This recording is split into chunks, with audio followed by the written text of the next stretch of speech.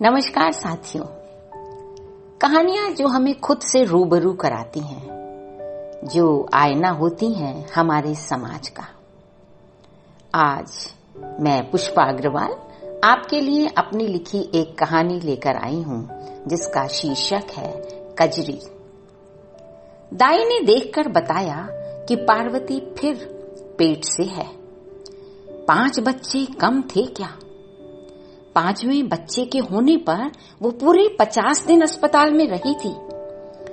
खून ना बचा था शरीर में, और बच्ची वो भी बहुत कमजोर पैदा हुई थी।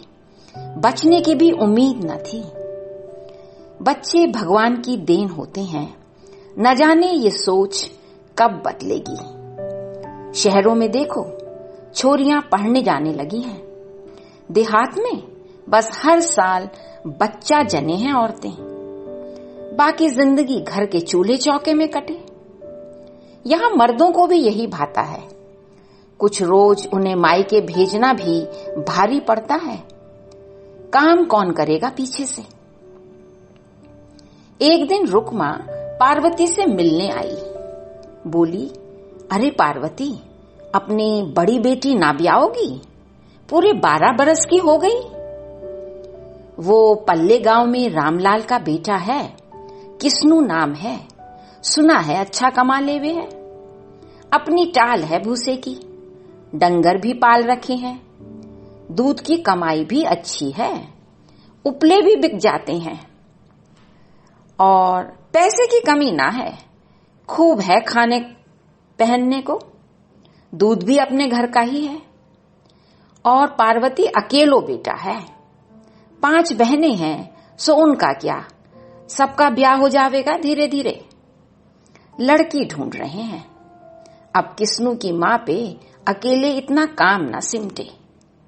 कह रही थी बहू आ जाएगी तो घर का काम संभाल लेगी। कोई लड़की हो तो बताना, मुझसे पूछ रही थी। कहती है दुबली पतली ना चाहिए, जो रोज बीमार पड़ी रहे।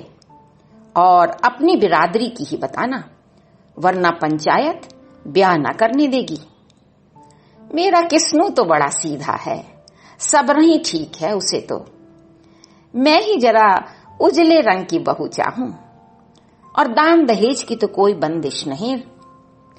जो उनकी राजी हो, हमें तो सब ठीक है। कोई हुई तो सबसे पहले तुमको बताऊंगी सुशीला, कहकर रुक्मा चली आई। किस्नू की मां सुशीला की बात सुनकर, पार्वती मैं सीधा तुम्हारे पास आई हूं। तुम्हारी 4 बेटियां हैं, कब तक ब्याहोगी? कहो तो कजरी की बात चलाकर देखूं।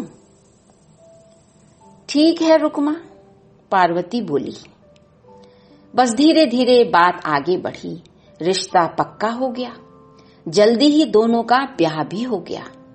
पूरे गांव में कजरी ही 8वीं पढ़ी थी। उसकी माँ पार्वती ने उसे नानी के पास भेजकर पढ़ाया था। ससुराल आते ही कजरी ने जल्दी से घर का सारा काम अपने हाथ में ले लिया। पड़ोस की औरतें मिलने आती तो तारीफ किए बिना न जाती थीं। ब्याह को साल हो चला था, अभी कोई बालक न हुआ था। तो सुशीला ने दाई को बुलाकर बहू को दिखाया। वो देखकर बोली, बहू में तो कोई खोट ना है। आप चाहो तो पास के सरकारी अस्पताल में भी दिखा लो और तसल्ली हो जाएगी। वहां दिखाया, वहां भी यही जवाब मिला कि बहू में तो कोई खोट ना है। जब बात यहां तक पहुंच गई तो कजरी ने एक दिन अपने पति किस्नू से कहा, सुनिए, आप भी अस्पताल में दिखा लेते तो क्या बुराई है। क्या मतलब?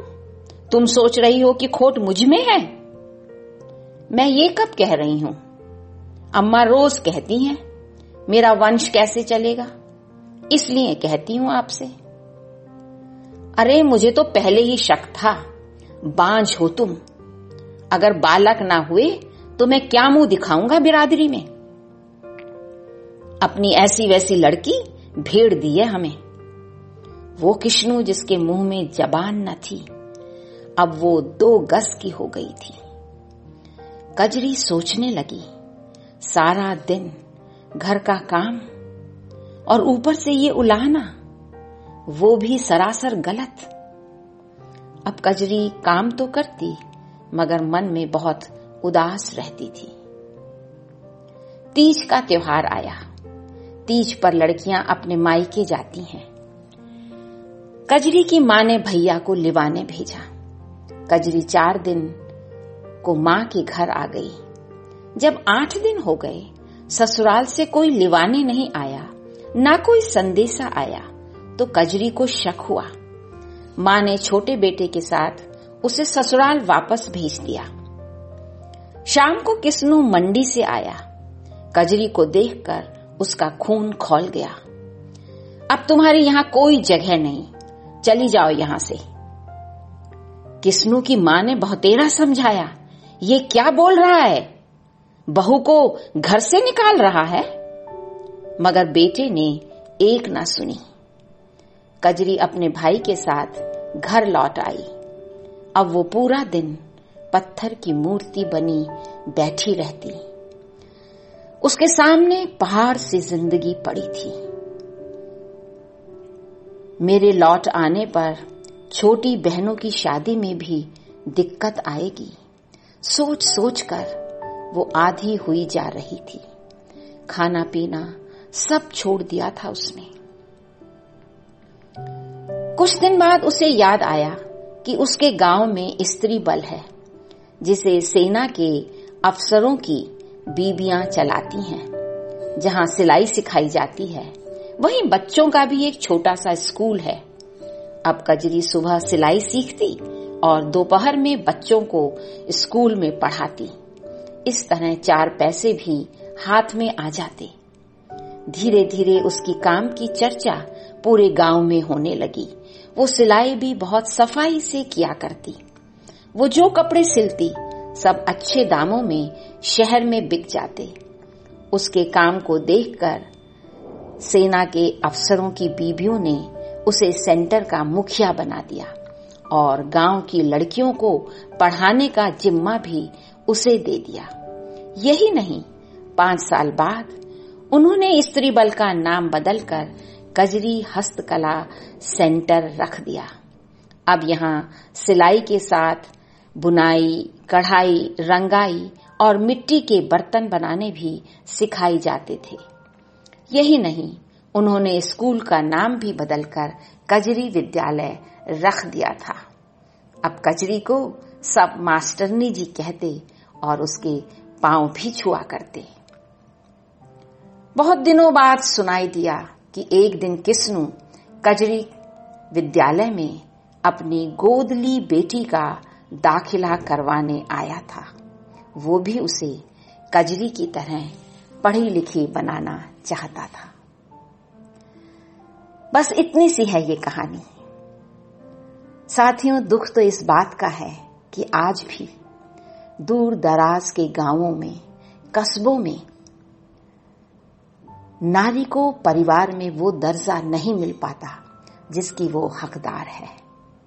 और यही नहीं, बच्चे न होने का दोष भी केवल स्त्रियों पर ही मढ़ दिया जाता है। आवश्यकता है समाज की इस मानसिकता को बदलने के लिए। आज के लिए बस इतना ही। नमस्कार।